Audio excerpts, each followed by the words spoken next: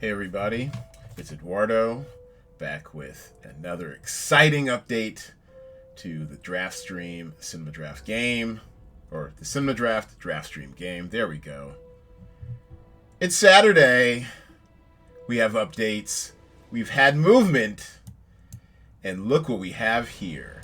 Gamble 24x7, the all-time Cinema Draft money winner atop the standings with a perfect call sheet.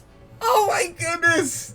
This is so exciting. This might be the first time in DraftStream history that the winner ends up with a perfect call sheet. And you know what? I'm so excited, and I never thought I'd see this happen. I'm throwing it out there, damn it. And it doesn't even have to be him. If the winner of any DraftStream contest moving forward while we're still in this spreadsheet mode gets a perfect call sheet, I will add $25 bonus on top. So let's see if Gamble 24x7 will hold to his perfect call sheet, or someone will usurp him and have a more perfecter call sheet. Yes, thank you. English degree at work right there. All right. Not far off the pace. Ring balls, competing with himself for second place. 1264.87. A little less than 13 points off of the perfect call sheet. And G24's pace setting. In fourth, it's G24 again. He's not done. Less than 20 points off the second place perch to go for a back-to-back sweep. So we'll keep our eyes out on those call sheets. And if that weren't enough, he's going for the low, ladies and gentlemen. He's going for the low as well. 757.70. It's the domination that we used to see week in and week out during the Cinema Draft game on site is finally beginning to emerge as his sample size has grown with the DraftStream game. You hate to see it, you love to see it, but we're just seeing it. But we all know that even more money is at stake for fifth place with your first call sheet. And while Jaybird is currently fifth, that's his second call sheet. So the closest to the fifth place one with their first call sheet would be Audigy Studios. And you may notice that we have a couple of added entries today. This was an administrative oversight, but also a good time to remind you all that when submitting your call sheets, please make sure to tick the box to notify the person you're sharing the call sheet with, so I can get the email notification. That's how I'm able to keep up with who's submitted what. It's when it's by the emails I receive. So due to that oversight, Audigy Studios 2 and 3 are also in the mix. We'll take a look at all those call sheets. Yeah, let's talk. Let's take a look at some call sheets. I'm so excited. Let's look at G24's perfect call sheet. He was probably aiming for fifth place with the number one call sheet. Ends up on top, but you know what? He may not win $50, but an added 25 on top of that 35 for first would pretty much equal 50. And so it is all about Miss Juneteenth. A 6-stack of Miss Juneteenth. Right now, the leader in the clubhouse, 101.55 for the top score so far. And tremendous value at only $6,400 for a headliner, Nicole Bahari. Shout out to Nicole Bahari. Loved her on Sleepy Hollow and seen her on a few other things. Beautiful, talented, slept on. Has had some of her issues with Hollywood somewhat blacklisting her. And I'm not even sure. I mean, I watched the trailer for Miss Juneteenth, and happy Juneteenth to all of you yesterday. Hope you enjoy your Juneteenth, whatever. I kind of wonder if it was performative allyship and white liberal guilt which pushed these critical scores to where they are, but it does seem like Miss Juneteenth has some decent, yeah, has a really high Google user score, so it might actually be good. I was personally going to pass on it. Only 5.3 on IMDb, which usually has a larger sample size. Let me see how many people rated on IMDb. 157. So statistically relevant, but still short of a large sample size. And this 5.3 is going to stay, even though we just saw 5.4, because I took these as close as possible to 12 p.m. Pacific time. So if this has gone up and continues to go up or goes down, you will see those scores reflected in the Sunday update. All right. So Miss Juneteenth leading the way for G24's perfect call sheet so far. Ring balls, what do you need to do to close the gap? Ring balls, #1 call sheet.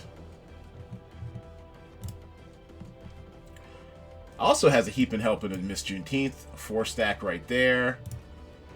Headliners, and then headliner stacks of Penguin, Stardog, and Turbo Cat, and Summer Camp Island. As I mentioned, I believe, in the previous review pod, this 96.30 might be frozen in amber. Seeing how this is the 3rd season of this series, and so far it seems like critics have deigned to weigh in on Summer Camp Island. No Rotten Tomatoes or Metacritic scores. So if there's going to be any movement from Summer Camp Island, it's going to have to come from the users. Also, he had Stardog and Turbo Cat. It has a little more room to run. Still waiting on some Metacritic scores. And Metacritic, just a bad week for Metacritic. Just sleeping on their job.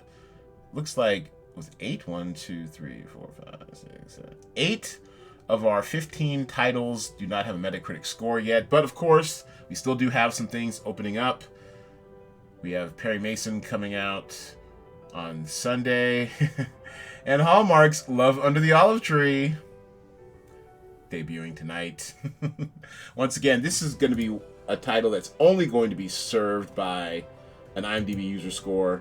So for those of you who have that either in your low ball call sheet, your high ball call sheet, or your 5th place aiming call sheet, just be aware of that. And then let's see what else. Let's see Ring Ball's own competition. And this one has a little bit more Miss Juneteenth, which is good, but a little more Summer Camp Island, which right now seems to be stuck in its ways. And only 1 Stardog and Turbo Cat.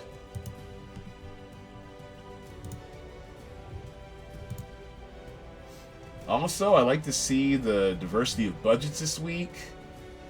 Obviously, towards the bottom, those people who are aiming for low ball is always going to be low. But right now, we've got everything from almost 100,000, 99.6, down to the 8,500s, 85,000s. So, creative use of your budget this week. Jaybird. Is this the week the streak ends? Now, technically, he didn't play last week.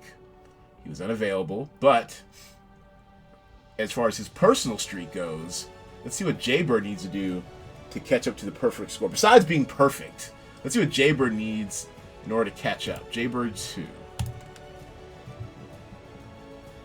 Not enough Miss Juneteenth. Ah, you should have left the anchor around the middle. Now, for 11,075 points, a little underperforming. Maybe if you gotten 80, 85 points, 11,000 would have been justified. But you should have left right now is holding Jaybird back uncharacteristically. An uncharacteristic misfire. See what happens when you take a week off from the DraftStream game, Jaybird. It's not what you want. Gotta play every week. Gotta keep that picker sharp. But yes, not a critical favorite. Mediocre score from IMDb users. And Google users seem to like it much better, but the critics are savaging it.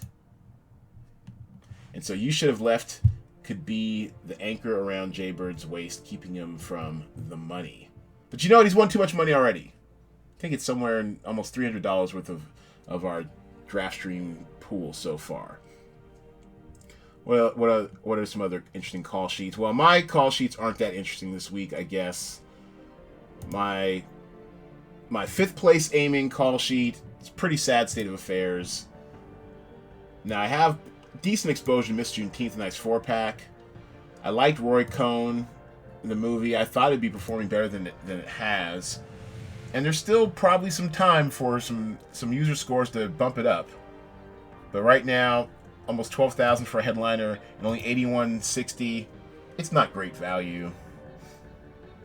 Perry Mason has yet to debut, so I think, actually, now that I think about it, we're going to see some epic movement from Sunday's estimates to the final scoring estimates, because Perry Mason could flip this whole thing on its head. If audiences love Perry Mason, this miniseries reboot of the classic, I guess, 50s,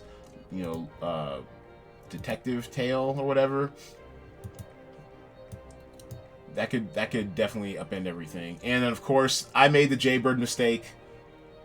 Great minds or poker minds think alike. I had a 4-stack that you should have left. Definitely did not see this coming, so my chances are pretty much doomed. Let's take a look at the low balls. Gamble 24x7, looking sharp.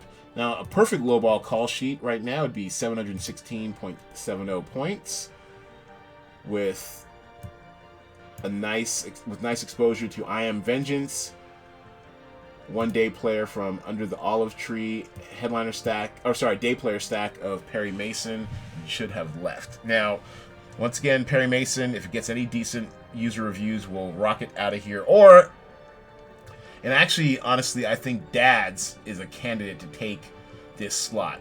As you may recall, you need... And hold on, let me fill this out. For the low ball, you need a minimum of $75,000 spent on your budget, exposure to at least 3 different titles, and to stay under your $100,000 salary cap, of course. And in this case, it was always going to be hard this week getting to that budget minimum, because it's so clearly the salary pricing was fairly accurate on the low end of the spectrum. The cheapies are playing out, but then just two actors from Perry Mason are what's needed to get you over that hump. But I firmly think that Dads might take this place if Perry Mason gets any decent user scores. And you should have left. Actually might take up some more spot by the time the perfect low ball call sheet is done. So let's take a look at G24's dominance in the low. And I think he did win last week's low ball as well. I think he did a clean sweep, if I'm not mistaken.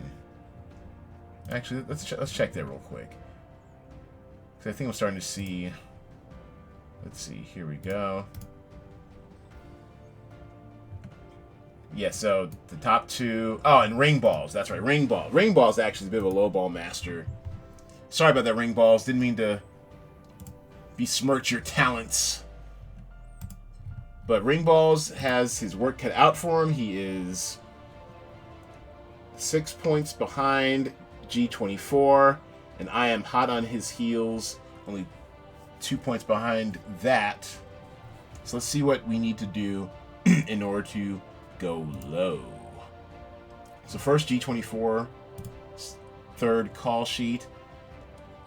And actually, I like this. I think this actually has staying power. Love Under the Olive Tree. We know Hallmark, super sus, never gets a rating except for IMDb. And they tend to be pretty mediocre at that. Although, Hallmark, somewhat like Lifetime, they have their niche. People who watch these movies on Saturday nights at home, they do have some appeal. So a 6 or a 7 in the IMDb user score could actually hurt these chances. And then a 3-stack of Perry Mason to get over the minimum. And Father Soldier, Son, this is not a default score, believe it or not. This is actually a real score. It got an exact 5.0. It got an exact 5.0 on IMDb. So imagine that. Super small sample size, of course. And you know what? Maybe we'll see some uptick on it before final scoring happens. It is Father's Day on Sunday. It'll be interesting to see if there's any movement on the dad-centered pictures on the slate. And then my work, which is cut out for me.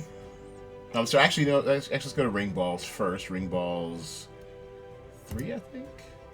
There we go. And yes, he's a little dad. He's a little father heavy. Perry Mason, the Wasp Network, which I'm sure hurts his heart. He loves Ana de Armas, as we all do. And Lost Bullet, which actually is hurting his chances because it looks like an IMDb score is what's floating it right now. Yeah, 6.1. Decent sample size, too. So it looks like audiences are discovering this on the Netflix platform. And then my shot.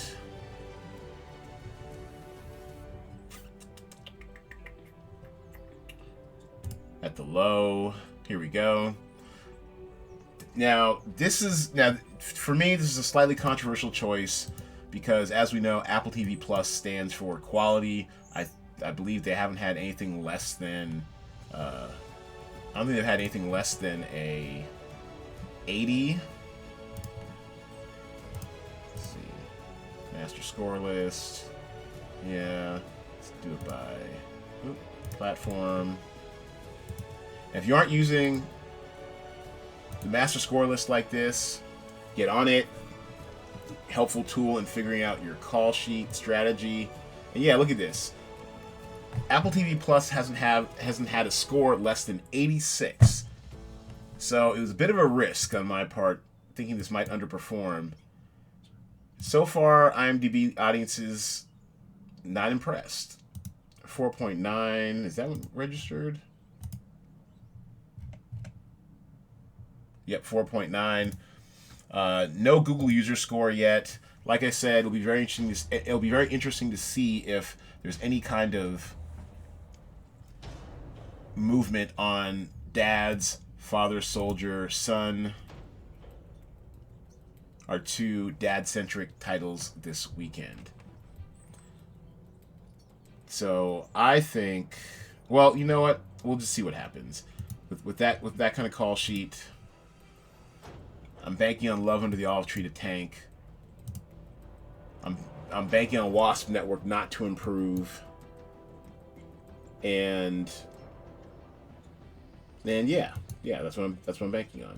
And to round it out, let's finish off with our mascot. You know her, you love her. It's the Draft Mom, Brown Baby herself. You know, we gotta get her on a pod. It's been a while. Like a couple years. We gotta get Brown Baby back on the pod sometime. Hear that lovely Panamanian accent. Okay, so Brown Baby. Mom, we had a coaching session. What's going on here? Alright. Let's take a look at this call sheet. The hardest working player in Cinema Draft, I promise you. She used to watch all of the trailers. We got her out of that bad habit. And she's looking for better things, but her picker's off. This father, soldier, son, kind of stagnant. Dads, I get the approach. It's Apple TV Plus, usually a safe bet. Underperforming this week, especially to value. I mean, 14,000, only getting 78 points. It's not what you want. Bully, coward, victim. I mean, it needs some growth. It's a good film. Imagine if they did a documentary on Darth Vader. This is essentially what you get with Bully, Coward, Victim. The man's dead and buried, died of AIDS in the 80s, and people are just killing this guy on record, on film. It's amazing. I mean, Roy Cohn, lawyered to the stars to an extent, got his start being one of the lawyers during the McCarthy trials, the McCarthy era hearings and stuff. So he already was a bit of a devil spawn. My God, everyone who goes on there, even his friends, his former friends, are like, yeah, this guy sucks. He's probably evil incarnate. He's the worst person on earth. It's a very fascinating documentary to watch. I recommend it. And especially if you want to know how Donald Trump got his playbook of denying everything, never admitting you're wrong, and not paying for shit. That's Roy Cohn. That he gave him the playbook. That was his boy. All right, anyways, So this is solid. I still think it's got some room for growth. It will be interesting to see if Dad's improves with Father's Day and some sentimentality of users. And Father Soldier Son, this is fine. And I'm Vengeance Retaliation. These are fine. She should be doing better than she is. It's mostly Dad's very expensive mediocrity right here, which is costing her. So I don't really put this one on you, Mom, this weekend. I mean, you seem like you had a solid game plan. It just didn't work out. As we learned in poker and also acting, you know, I'm a trained actor for those of you who didn't know. It's all about the process, not necessarily the results. If you have a good process, the results will show up over time. So keep plugging away, Mom. Brown baby. Our mascot. World's best mom, etc., etc. And that's going to do it. We're already at 20 minutes, damn it. It's a Saturday. Go enjoy your Saturday. But this is the DraftStream Saturday Estimates Update. We'll be back on Monday, a few hours after 12 p.m. Pacific time, for the final scoring update. Look in your mailbox for the Sunday Estimates Update tomorrow. Thanks for playing, everybody.